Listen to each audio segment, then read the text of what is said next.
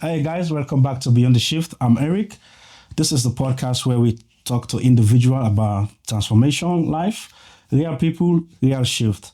Today I have a special guest. This guy, we go way back, play soccer in the same team. But I'm not gonna say too much. I'll get him to introduce himself. Yeah. Sit back, relax, let's go. I appreciate the introduction, Eric. Welcome. It's so nice to see you again. It's been ages, eh? It's been a long time, and thanks again for having me on your show. And for everyone, my name's Angus Chance, still playing football, played with Eric probably about 9 years ago now. I've got a lot of fond memories of Eric. He was unstoppable at goalkeeper, but also a very kind person to me when I was a new person in a team environment, and had lots of good conversations. And I've never forgotten Eric after all these years. So, it was a real honor when Eric and I spoke and I was able to reconnect with him. So very happy to be here. Thank you. Before we kickstart here, so this podcast is brought to you by Beyond the Shift collection, where we have the bottle and the socks. Each product we sell, $2 goes aside towards a water project back home. So join the movement, support the channel. Let's go. I want to take you back.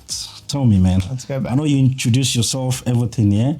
But who is Angus, bro? Who is Angus? Who is Angus? I think I'm probably figuring that out still. I've got a really good idea of who Angus is. I think I've got a genuine sort of desire to treat people well around me. I feel like I want to be doing that. So I feel if I was to describe myself to someone else, I feel most fulfilled when I'm just helping others in general, whatever that is. I feel like I've got a very creative niche side that sometimes I can be a bit shy about, but I feel like I've got a real creative edge in me. So I want to kind of make a positive impact on the world with anything I do. And I know that those are my strengths. Angus certainly has parts of himself that he's working on and will continue to work on, and we can certainly get into that.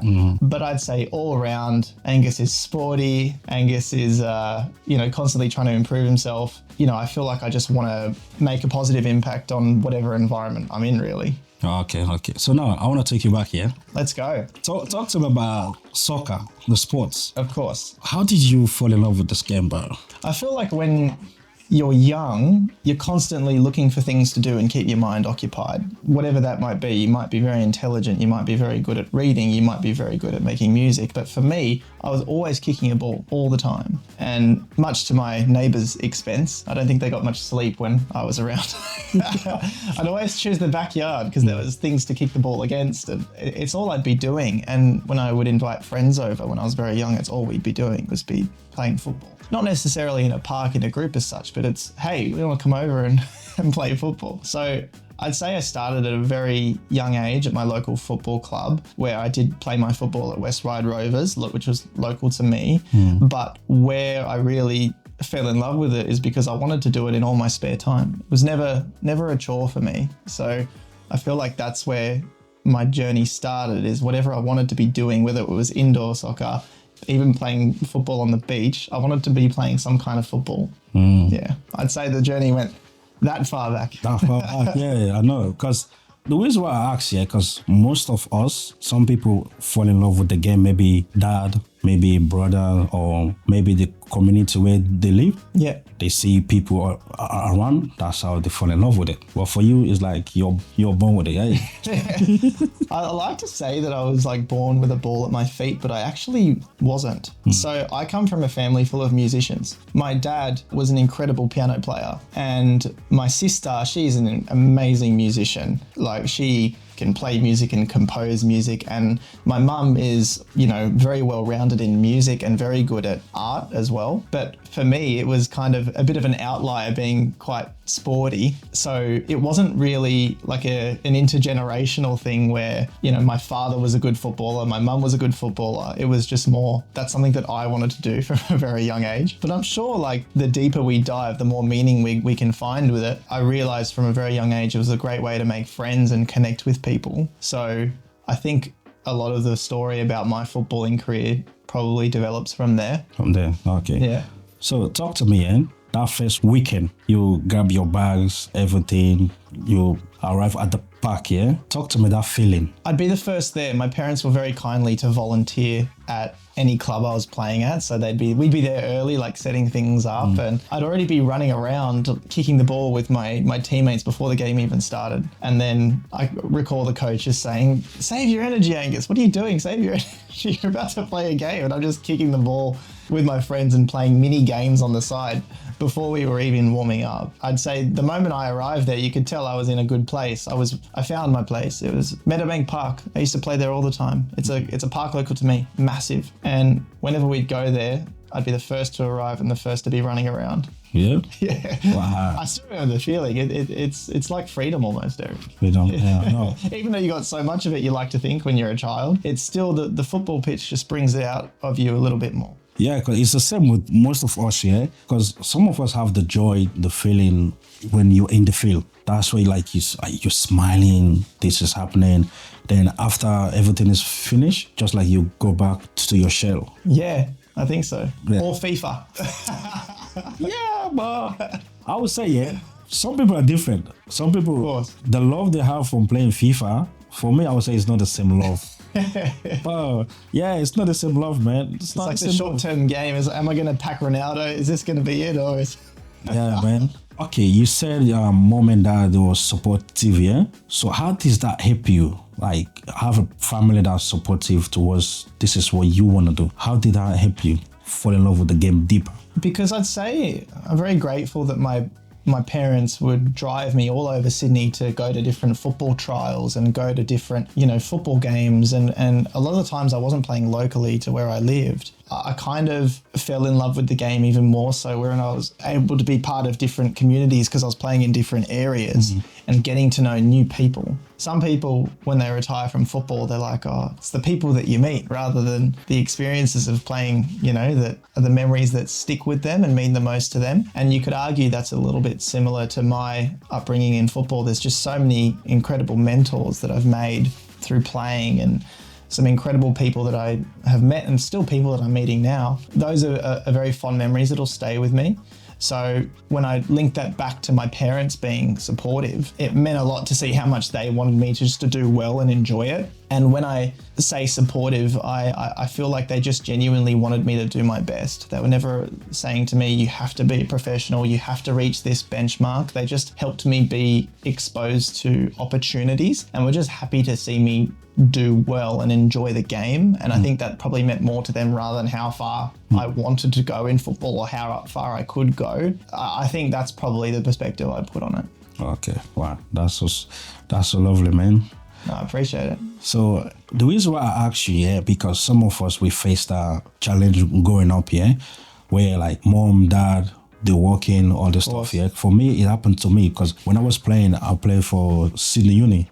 So my dad was working, so there was not enough time dropping me off. So that's why I was like, let me ask you this because you were born here. So you have this if you like, but not locally. Yeah, and I honestly have so much admiration for those who were traveling really far to come to training. I remember a few players coming on a bike and my mum was so kind in offering people lifts and we'd try and work out who needed a bit more help to get to training and we'd recognise that. And I remember just recognising the efforts of people about what they had to go through to get to training because you'd think, they can just catch the train or they can catch the bus. Or sometimes growing up when you're playing and people need to do that, like they could be going on a train at like 9 or 10 o'clock at night and getting home starving because they've had to their parents have been out busting their ass trying to work, and you could argue maybe even paying for the fees, which is a separate conversation, right? But the fees aren't cheap and people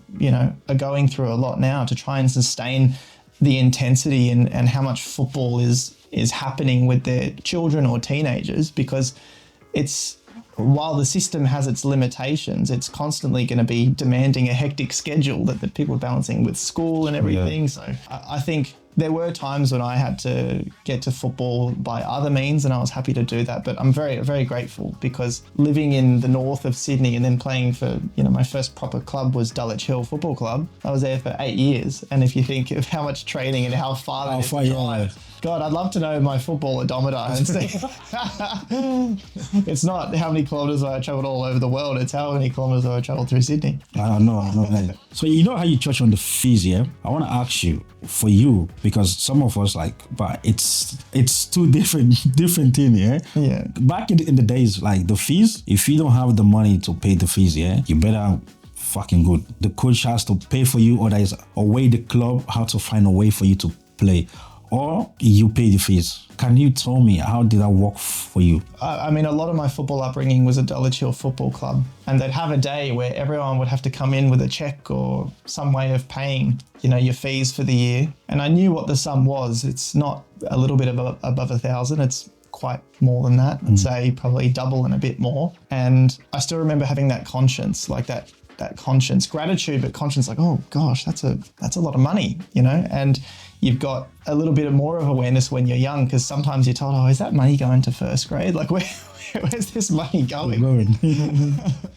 I have no doubt that, the talent of a professional player is sadly in the legs of a young child who might not be able to afford to play. And that saddens me, but I believe that when there's a will, there's a way. I don't necessarily have the answer to bridge the gap between players who can't afford to be part of the Australian systems and the Australian elite systems, because I know it's a big financial strain, but also, since I'm not really involved in the admin side of football, I don't know the balance sheet of expenses. But if we were to reflect on what it was like for me, I'm at least happy that it was not an expectation that, just pay it, I was like, oh God, like really? It's a lot. Like, thanks, Ma, I appreciate that. Like, I remember saying it every time, thank you for paying. And I even had a nice conversation with my parents recently. I mean, I went to visit my mum interstate recently, and I said to her, like, I think it's great that I've been able to sustain this long footballing semi-professional career, because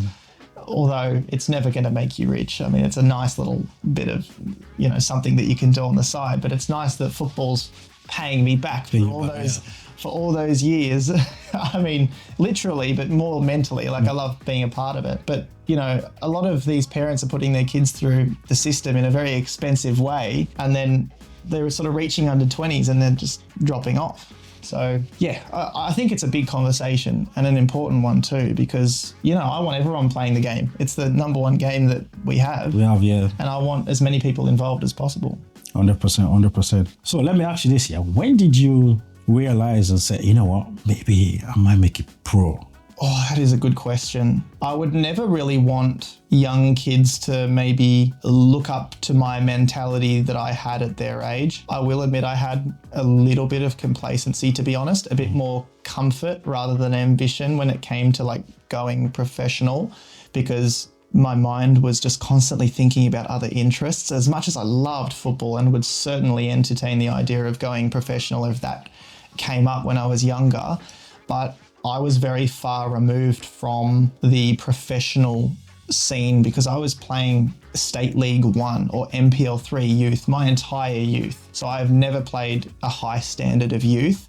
So I kind of knew if I wanted to make it up in the ranks, I needed to be playing higher at a youth level. There was one time though, this is a story I still think about, but I was playing a midweek catch-up game when I was 16 and it was against Hakoah, and I was playing for Dulwich Hill at the time, and next to Hensley Athletic Field, apparently one of the Sydney FC scouts who was scouting for Sydney FC for my particular age group lived nearby, and he came to watch. Me not knowing that he was there, I had him blind to this game. Like I played so well, and it was a really nice moment to do that. And then my coach Alex, who I talk very highly of, put in a word about me to this person, and then I had a trial at Sydney FC, and I was the only person from State League 1 at this trial. So you've got all these like guys in much higher leagues there, and I think I was humbled, Eric. I think I got humbled. You got humbled. I don't want to be too hard on myself and say that I didn't play well during those trials, but I remember getting a text message afterwards, and they said, well, thanks for coming to trial. You're not going to be required any further, but we suggest if you want to trial again, you try and play higher. So I think maybe I was closer to the professional dream that I might think, but maybe I was just so far away because of how I chose to I guess, seek comfort rather than ambition. Ambition. And I'm trying to work out if I regret that or not. I'm trying to work that out. So talk to me. When that text message comes in, how did you feel about it? I felt upset. I remember it. It's just like that blood rush you get when you get a text message that you don't want to get. And that did happen. I remember messaging, I don't remember the name of who messaged me, but I said, look, could I maybe try again? Like, could I have another go next year, or what do I have to do next year? And they just said, try and play higher. Yeah. Oh, okay. But that just didn't happen. Okay, go on. I'm sorry. Yeah, no, you're okay. And I just say that it was a strange feeling because I wasn't totally sure how close I was, or if that was just going to be the final opportunity. I didn't really have a good grasp on it, I'd say. So how did you use that scenario? Yeah, okay, that stage in your life, I just received this message. How did you use that as fuel for you to push forward? I knew at the time, because I was 16, that I'm still playing for a really good club. And I think Dulwich Hill Football Club is a great club, and they were very good to me. And I think when I was looking at the sort of system I was in, I'm 16 and I'm helping out in the 20s. Like, surely, your name's going to get thrown in a few places if, it's a young guy sort of playing up to age groups. Like, this could, lead to something. And I just then turned my focus to, okay, I hope this loyalty gets me into first grade. Because before you know it, if you're in that first grade setup in a lower league, your name's sort of back in the mix. If you have a few good seasons in that first grade setup, I think, things can go really well for you. And due to my age, I was not far off until I eventually started having to think about first grade. So I'd say I kind of turned that text message motivation into, okay, I'm going to play first grade. How am I going to get there? I'm just going to play as best as I can to get there. Wow. Say, because the reason why I ask you, because some people, when they receive those type of messages, they just like, hey, you know what? Yeah, that's it. I'm not good enough. Well said. I'm going to give up. I'll find a job or that's it. But for you actually push yourself. That's good, man. Kids, man, watch out. Watch out. So now, let me shift again. You playing in the African Cup. Yes. But talk to me, that different chapter, bro. Talk to me. Oh, man, I was so grateful for that opportunity. I still think about it. So how did you even get involved with us? How did you? My boy, Omar. Oh. Omar. So what a Omar guy. was a scout. Omar was at Dulwich Hill and he asked me to come along. I agreed to it knowing that I was playing futsal before I was actually playing those games for Ivory Coast. And, I said to Omar, like, if I do help you guys out, I'm going to be on the back end of a futsal match before I play, or afterwards I'm going to have to go to futsal. And I felt like pretty bad at the time that I couldn't prioritize the team because I could see how loyal and together everyone was. And I wanted to give that same energy and commitment. But Omar was because he played with me at Dulwich Hill Football Club, he asked me to come over. And it was a time when, teams were pretty diverse, not as diverse as they are now, you could argue, in the African Cup. But it was sort of like, a new experience, you could argue, for someone like me. But I felt so welcomed. Like, it was just the most welcoming, lovely environment. And everyone was just so friendly, so passionate. Yeah, I just have so many good memories from playing the African Cup. Yeah. So, okay, I want to ask you this, Please. Because you're not familiar with the broken English, Yes. So, talk to me about that. God, it was so funny. I think because you can understand like bits of it, right? Yeah. So the bits that were getting said, I was like, oh, yeah, I caught on to that. What's happening? And one of my favorite memories from playing for Ivory Coast is when everyone was arguing with each other about being on time, because I'd get a text from Billo about what time I should be at the field, and it would be 6:30 p.m. and then I'd be like the only one at 6:30. That's the African time. Oh man, it was so, I loved it. And then when I was hearing, like, I guess the language barrier, I just loved it because everyone looked so happy. Like, everyone still, like, it almost looked like a very passionate, like, tough love argument when everyone's like screaming at each other in what's the language called? Sorry? It's called Creole. Creole. Yeah. Creole. But no, it was a great experience, and I think more people should do it. Like, go throw yourself into a community where you learn something about a new culture, because I learned a lot of like good lessons. Everyone was very hardworking in their jobs as well. That's something that I noticed. It could have made me more accountable in my career, I felt. Because by then I was doing paparazzi beating. Yeah. So I work 6 to 6. Then I have to be there. Some of them were still in school. Yeah. Some of them walking from there, come back. Nah, it was. And Tuni was a truck driver, right? Yeah. And he was working like 12-hour days. What was the day? And then he'd come to train. He was incredible. I remember, like, there was someone else, I don't remember his name, but he was working like, you know, as a manager of a bank, and he was like just coming. He was. Oh, that's Abdullah. Yes, and then he came to training. So I reckon that experience probably helps me now because I work full time and I'm playing football. So no, it was a great experience, Eric. So in the space in the African competition, talk to me about you being a different nationality. Yeah, like what did you take from the competition itself? I learned a lot of good values. I'd say hardworking values. I learned even more so what it feels like to be part of something meaningful. I'd say I probably learned a bit more about like better ways to treat others because, you know, everyone was so welcoming to me. And you could argue nowadays when someone comes into a new group and you're a little bit different, it takes time for people to warm up to you and maybe trust you, but I didn't get a sense of any of that. I think the value I probably learned from that is always make the new person in the room feel welcome quickly, because that's how I felt going in. Like it was an amazing feeling, like no one just sat far away from me and didn't start a conversation. So I'd say the football side of the African Cup is very important and a very high standard. Like, my God, like some of the ability I was amazed by, but that real like sense of community and some of the crowds they're getting, I think it's a very important part of like our footballing community in Sydney especially. Yeah, 100%. You know what's funny, when we're playing with you, yeah, this kid, Abdullah, his nickname is Lega. Yes, I remember him. He would talk to me, you have the ball, give it to Angus. I know he's going to find me. He's going to find me. Don't give it to anyone else. So he was happy you were playing. Oh, wow. Because like he knows, yeah, he will just look at you, he knows where to go.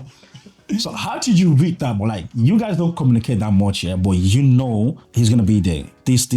So how did you figure out? I always tell my winger that I want to play you, and here's how I want to play you. Do you like the ball at your feet, or do you want it in behind? And when I saw Lego run, I was like, okay, I need to play him in behind. I need to try and find a way to whip it around and play him in behind. He's fast and he's strong. So I kind of look at someone's abilities and look at what they're good at to try and work out what types of passes I'm going to play. I love playing on the wing or playing left back, and I love assisting and passing, and I don't feel selfish when I play, so I've got a genuine desire to get others involved in the game. I feel like when I play, it's not all about me. It's kind of, you know, I just really want to win, and I feel like if I play those certain types of passes to that type of player, that we've got a better chance of winning. So I'd say in the bigger conversation, I look at a player's strengths before determining what pass to play. I still remember like at training, I'm like, oh, you like to get up for a header, don't you? All right, well, let's get it. You know, I like deep crosses. So when I'm in this spot, just go, get yourself in the mix and see if we can get a header or something. And put me on corners. Yeah. Because these days, yeah, most of the kids, like what you said, yeah, because I used to do the same. But for me, because I'm a goalkeeper, yeah. A great goalkeeper. So what I used to do before every match, I'll go on YouTube. Yeah? Yeah, I'll go on YouTube, watch like the way they position, the way they call for the ball, all this. That's why when I play, I always talk. Yeah. Hey, because I don't want to make any mistake, because I know the boys, one mistake, they'll be on the head the whole time. So I would like to I'll focus, do this, yeah? Yeah. But most of the kids now, they don't have that patience, to find these materials. Yeah. Yeah, man, I don't know, I'm like, what do you think? Do you feel like you're always fearful of players getting angry at you if you made a mistake? Like you're kind of sort of walking on eggshells? Now, for us, yeah, it's the other side, they don't get all upset, yeah, but it's the joke, the funny side. They're gonna be on you the whole week. Bah, how did you let that boy? And nicknames as well. Probably. There was one time, I think you were not with us. We were playing in Progress Park. So they scored a goal on me. I was like, bah. I was off, yeah. Couldn't have been involved for that one. The guy was in his own half. Yeah. So he shoot all the way, bro. But I thought the ball was going over the post. You know the goal Ronaldinho scored against England, 2002 World Cup, when David Seaman was going behind. Yeah. So that was the same thing that happened.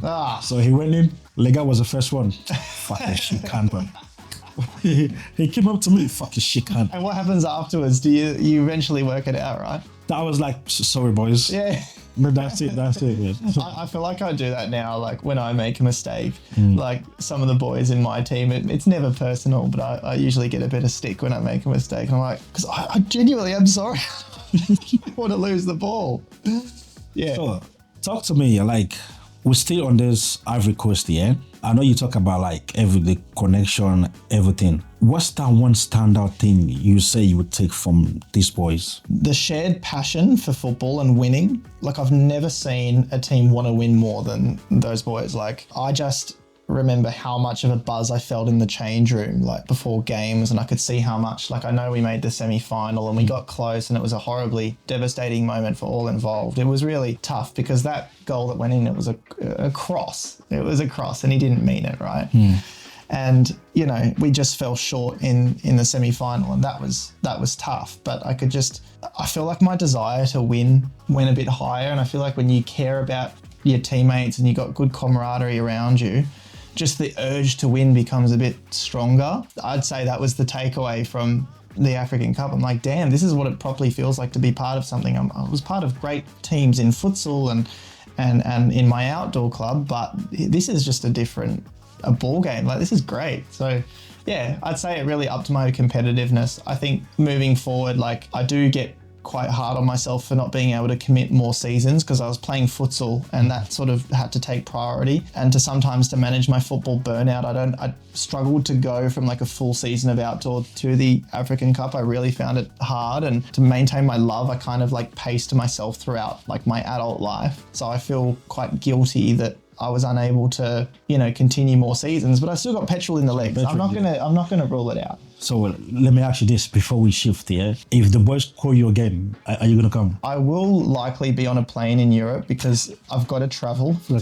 I really want to. I'll have to have a think about it. I'm going to make sure I don't make promises I can't keep, but I will take the call. I'm not ignoring the call. I got close to playing 1 year before work took over, and sometimes with outdoor, there's a tiny clash. It's not a complete clash, but with like, you know, trying to do your pre-season and doing that, it can be straining. But yeah, just balance your priorities. I'm sure it's possible. 100%. So now, yeah, if you're going to advise a kid like your younger self or someone out there with all your experience, everything, your ups and downs with the soccer to the African Cup, what advice will you give someone who is not African or who is African, want to be part of the African Cup, your upbringing, the soccer thing? What advice will you give? I think participate and don't be afraid to get in amongst it and learn something new about another culture. And I think the values that you think that you have, you can always build on them by doing that. And, you know, I think there's so many other benefits, like improving your social skills, like it's a great way to even become more physical, like some of the physical benefits that you get, like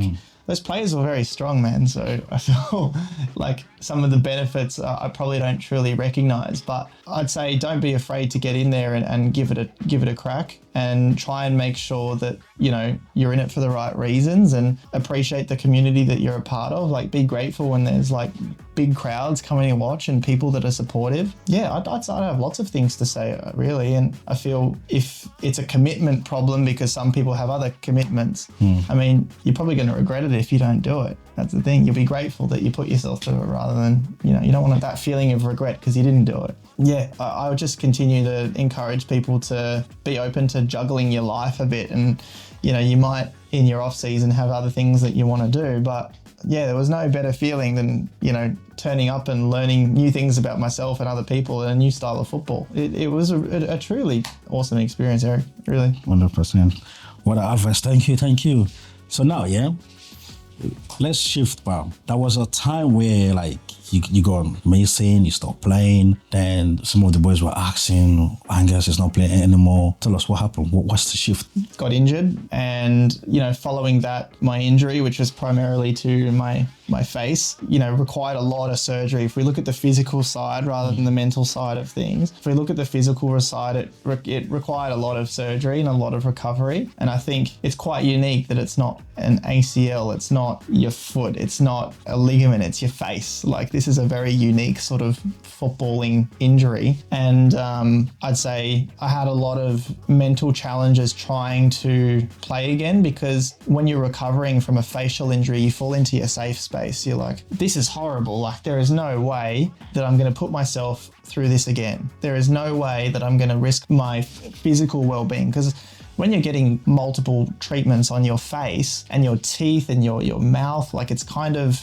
am I going to go up for that header? Am I going to go in for that challenge? I don't want to do all that again. No way. So I think I had to take some time away from football because of all of that. And, you know, because of the way I sort of became injured and being involved in that altercation at training. And I feel there was just a lot of unjust feelings in here mentally, and I felt like going back to football quickly was not in my best interests at the time. Going back, I might have done things a little bit differently, but I'd say that time away from football was needed. I needed to seek clarity moving forward about what I would need from football moving forward. Is it be grateful that you got through that and just play for fun, or start trying to be competitive again? It was really hard to, I guess, seek meaning in what I wanted from it following the injury. So if you don't mind me asking, Yeah, ask any question. What was the injury? There was altercation at training with a teammate, and I was punched in the face. Oh, okay. And then that injury caused multiple fractures to my face and jaw. A long recovery following that. Yeah. Yeah, because I saw the thing. I was like, no way, this is my boy. I want to ask you this here. Through that process, what are the thoughts in your head? You're in the hospital. The doctors are coming. You're seeing them in and out, in and out. What were they saying? I got rushed through very quickly because my whole facial structure looked really wrong. Like, you could tell that something was very wrong. Like, my teeth were very crooked, and I think the hospital really wanted to exercise their duty of care and just get me straight in and seen very quickly. And I haven't forgotten this. The doctor's name was Gus. He got a little torch. He said, "Give us a look at your mouth, buddy." "Oh, you broke your jaw, mate. Okay. You'll be here for a bit." He was just trying to get me to calm down. But I haven't forgotten that. So I think the feeling of going into hospital was kind of scary, but nice that someone had that sort of temperament when you really needed it. The reason why I ask you, because, like, you know, these days, like, people have different feelings, different things going in your mind. You're thinking about this, you're thinking this, or someone will come and say, oh, this, or this, like, just like what you said, you're going to be here for a while. So then, you know, we're like, oh, no.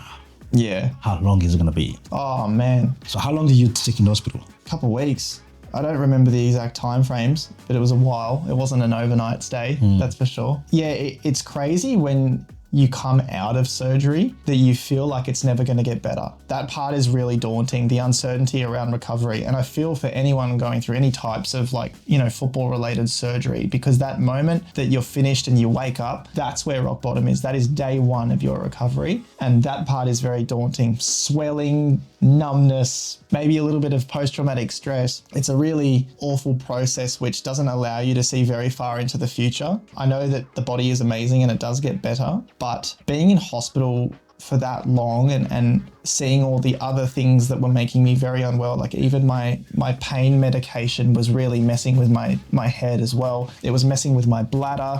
I was next to people that had very traumatic injuries as well. The whole environment of hospital itself, not just the injury, kind of like builds on everything, if that makes sense. Wow. So talk to me, the mental stage, yeah? Because that's one big factor. Of course. Yeah? So for a young guy, like, mom is next to you, dad is next to you, sister is there, yeah? They're trying to... You're bang on. Those are the people that were there. Yeah. They're trying to give you the support, yeah? Yeah. But for you mentally, you're in different space. How did you put everything in place? What were you thinking? I think it's sort of okay to admit that I wasn't really thinking straight or much. When you're in hospital in that type of condition, you're sort of in survival mode and waiting mode. You're kind of, when am I going to get out? What am I going to do? But that medication that they give you in hospital, it's like a little green button. It has got morphine in it. That doesn't allow you to think straight at all. Like, that sends you in a totally different headspace. And because you're in so much pain, you become dependent on it. So it's hard to really grasp what a clear mind would look like in that environment. But it's a great way of relieving physical pain, I'll tell you that. And see why they have it. So I remember constantly just needing it, like, oh, I need more. And then I'd had so much that actually stuffed up my bladder. And that was an intimidating process. That was a very intimidating, awful process. I remember vomiting with a compromised jaw because it's broken and having to vomit because I've had this medication. So I just think I'll happily admit I wasn't thinking very clearly, you know, definitely. So what about the food wise? So everything has to be, wow. Oh, you just get it through a straw. It goes in. It goes in somehow. Back then, you think like Marquez, you just go drive. Oh, don't take it for granted. Don't take your macros for granted when you're on a puree diet. Oh, and now you're sitting there, everything has to go to like, oh man, it's such a big shift. Lost so much weight as well. 10 kilos gone in a quick amount of time. I learned to love Sustagen. Sustagen is I had lots of Sustagen to try and like keep my weight on, but oh man, it was I didn't enjoy having like the liquid diet. It was 8 weeks and losing that much weight, constantly craving food. There was a teammate of mine, Jovan, very awesome guy, like a get well present. He bought me a book on liquid diet. So all these awesome soups to cook and stuff. So thank you, Jovan. I still have that book. Yeah? Oh, okay. Yeah. Talk to me. Like, I know you said before the injury makes you think about, do I want to play soccer again or this or that? You done the recovery, everything. What makes you feel like, I still have more? I think the little steps that you make in recovery, I think they're your motivators. I think they talk about that quote, baby steps, which I absolutely believe is true when you're recovering from any injury. And I feel like when I was just making those little bits of progress each day, I was like, I think I can see further now. Like it's because when you're in the midst of your injury, you are brutally humbled. You are at rock bottom. Like one day you might be at training making the sharpest runs imaginable. And then next you're on a hospital bed lying down craving your next meal. Like it's just, there's such a big gap in between all of that. And I think to really start to close that again, once you're recovering from a surgery or whatever injury that might be, I think I was able to think a bit more clearly when I saw little bits of progress getting made, especially when I lost all that weight and I was like, what am I going to do now? And I start putting it back slowly and putting the weight on properly again. I just think time is an amazing thing, Eric. And I think time is on your side when you need it. A lot of the time it's not, but when you need it, it does over a period of time allow you to think clearly about what you want to achieve at the end of a certain time frame. Wow, what kind of mentality do you have?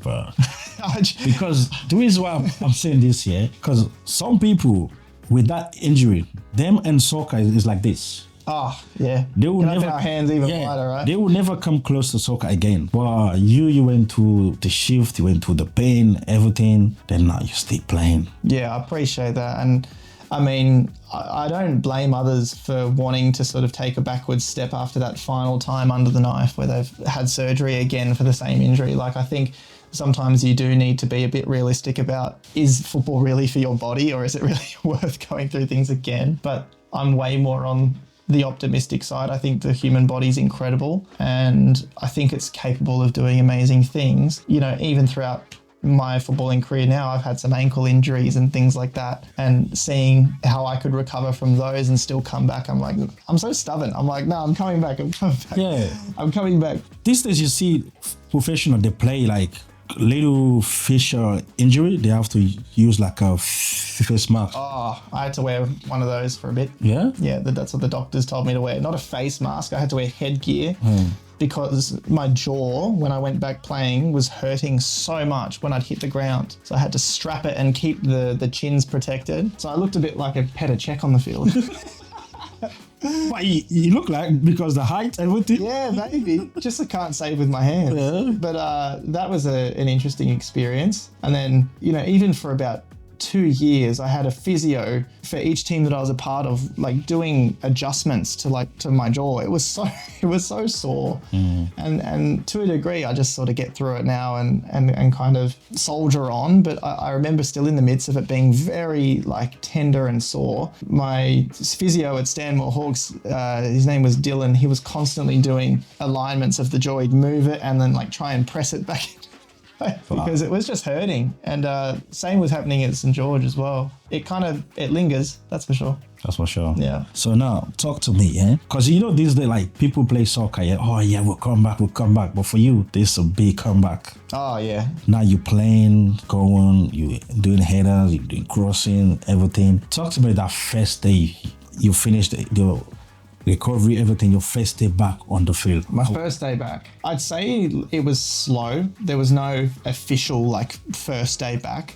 I kind of wanted to ease back into it. So a long time after my injury, I reached out to a park football team called Guildford Macready. Incredible boys. They are incredible. It's a league that's not even associated with Football New South Wales. More part of the Churches Football Federation. And I reached out to them and I just said, look, I'm recovering from an injury. I just want to get back on the field and have a run, see how I go. They welcomed me with huge arms. I've got a lot of fond memories from playing for them. And I think where it all changed is when I got a call from an NPL3 side, Stanmore Hawks. That's where it all changed, when Ben Rollison and my previous coach Alex gave me a call. And he said, look, I think we'd like to support you to try and get back into the competitive scene again. Our first training session was in Strathfield. It was probably, I'd say, nearly a year after my injury. I don't know the exact time frames, but it was a long time afterwards. I was like, wow, I haven't done this, but I'm on trial again at an NPL3 side. This is just incredible. It was a field in Strathfield. Lighting wasn't too good. I remember rocking up there. I was so nervous and I just didn't want to be known as that guy who'd broken his jaw. I wanted to be known about what I could offer the team. So I was a bit shy about everything that had happened and people saying, oh, is that the guy that, got his jaw knocked out? I don't want to be known as that. I just want to try and see if I can, show this team that I can help them. Where it really hit me was that year we won the league for Stanmore Hawks, the NPL3. That was 2019. And that, I think, is where it hit me after a full season playing for them. That was the time where I'm like, look where I was last year and look what I've done this year. It was just such a big gap, and one that I probably need to be more appreciative of, I'd say. I need to be more wow, that was huge. Maybe credit myself a bit more for it. What a journey, eh? Yeah. Man, that's why we have this podcast, Beyond the Shift, man. Yeah. Well, what a big shift in your life. I appreciate it. Yeah, I mean, it felt like that for sure. But to be honest with you, me seeing the news, I was like, no, I don't. I'm going to be honest with you. I was not even sure, you're going to be playing again. Yeah. No, I wasn't either. And to be honest, I made so many, sabotage-like comments that I was going to quit. I was like, I'm done. No way, no chance. And that's just your mind protecting itself. I think the brain's your best and your worst enemy. It's your biggest fan, but your biggest critic. And it can be so harmful to you if you let that critic win. And I think it was winning for me, for a long period of time in that recovery phase. And I don't blame my head for doing that. I get why my inner self wanted to be protective of my surroundings. And when you get injured, when you're assaulted, your mind sort of runs wild with scenarios that might not even exist, that it thinks you're in danger. 100%, yeah. That's, you could argue, probably a byproduct of post-traumatic stress. And it was similar with football. Even with Stanmore Hawks, I'd return to play with them, and that's Arlington Oval, and that's the place that it happened at Dulwich Hill, because Stanmore and Dulwich Hill share the same field. So, yeah. So I'm like, it happened right over there, and I'm training here every night. Good exposure therapy, don't get me wrong. But before that even all started, I was just my own worst enemy, just saying, oh, don't go back, you can't do that, just quit. And I'm just so happy I got to a stage where I was able to have the courage to go back and recognize that the footballing identity was deeply rooted in me somewhere, and I had to bring it back. To build on that, I think it's very important that if you are struggling, you go, especially as a man, don't be afraid to go and get help, because I think talking to someone was the best thing I ever did. Fascinate yourself with what you don't know about how your mind works. I think recovery and mindset can always be improved when you're open to new ideas and new ways of thinking, which is what I had to really indulge myself in, to be honest, during that period. 100%. So now, before you give advice to someone who going through injuries, or what's next, bro? So I'd give lots of advice, and I feel like it's warranted because I've had a pretty serious injury and have been able to come back from it, and I've had a few more after that. very, but thankfully on my feet. I'd say I share the pain that you're in when you're first recovering, when reality hits day one of that injury or day one after surgery. And I know that feeling, and it's very hard to see in the future. So that part sucks, and it's okay to feel that. Be kind to yourself during that period. Every day is a new day and time is on your side. I would encourage anyone to look forward to that day. I love it. I always think about this. That day is coming where you're going to get back to where you were, or maybe a better place, or maybe you're in a new environment after an injury, and you're going to look back at where you were on day one and be like, wow, look at this journey. In that moment, catch yourself and just be proud of yourself, because, you know, recovering from an injury is doable. Do your rehab properly. Don't think that you can skip your rehab, because you don't want to be that bloke on a mountain when you're 40 and you're trying to walk up the mountain and be like, oh, what's that? Like, do your rehab properly and listen to the doctors that know more than you do about how to recover from your injury, and try and, you know, recognize if you've got a good support network, because if you're injured, the personality of your coach or your manager or your football club will come out. It will. How supported do you feel? Do they perceive you as you're no longer a benefit and we'll just text him after he's recovered? Or do they get you as part of the team environment through your recovery? Pay attention to those things. And I think advice to anyone going through an injury is a big conversation. I'll happily sit down with someone and give them advice about injuries and recovery. And even now when I see one of my Spartans teammates get injured, I'm like, how are you feeling, mate? You know, you're doing so well. I can see you running on the sideline, good on you. When they're back, I celebrate with them. I'm like, you're back, are you? You're back, are you? I'm proud of you. I saw what you went through. Maybe an underappreciated side of football. 100%. So talk to me, what's next for Angus? I'm going to keep playing. Yeah? I'm going to keep playing, and I'm in a good spot at the moment. I love Blacktown Spartans. They're an amazing club, and, you know, we're very competitive. We're in a really good position on the ladder at the moment. I need to keep playing and keep bettering myself. And I think, you know, sometimes I complain a bit that it's getting a bit hard, but I've got to stop that. I have to stop, because for the most part, when I'm optimistic, I'm my best self. At the moment, like, there's so much to smile about with football. I think there will come a time where I need to prioritize, like, your career a bit more, and I feel like that hustle and grind of balancing football and a career is tough. It's really, really tough. It is kind of hard sometimes when you can't put all your eggs into one basket, because you know how good it would be if you're able to do that. But football is always going to be a big part of my life. Yeah, I think I'm just going to be more grounded and grateful that I'm still playing, and also not rule myself out in a sense that, no, I'm not too old. Like, 28's a great age. You know, they call that peak in professional. Yeah, it's a little bit MPL old. It's a little bit. It's a little bit. But yeah, football is going to be a big part of the picture, Eric. You can have my word on that. No worries. We'll keep looking up. So, Mike, thanks, man. Thanks for dropping by. But before I let you go, I got a twist. I got a game where I'm going to ask you some questions. Let's do it. So, because the podcast is Beyond the Shift, so either you shift or you keep. So, if you don't like it, you say shift. If you like it, you say. Okay. So, guys, welcome to the shift game. So, one question: comfort zone or growth? Shift or keep? Is there like an in-between answer, or is it just you have to pick one? Life is probably better for you outside of your comfort zone. So I'm going to choose the option that's not the comfort zone, and that is... So, growth. So you keep the growth? Keep the growth. Okay. So next one, playing safe or taking risks? Because I'm so in between. What a game this is. Well, I am so in between. I choose this. I know you coming. I choose this. Balance everything. Oh dear. I'm just going to take a risk. You have to. Okay. Reluctantly. Okay. So last one, talents or discipline? Keep discipline. Yeah. Okay. That's the end of the game. Yeah, Three cool. questions, bro. 3 questions. Done.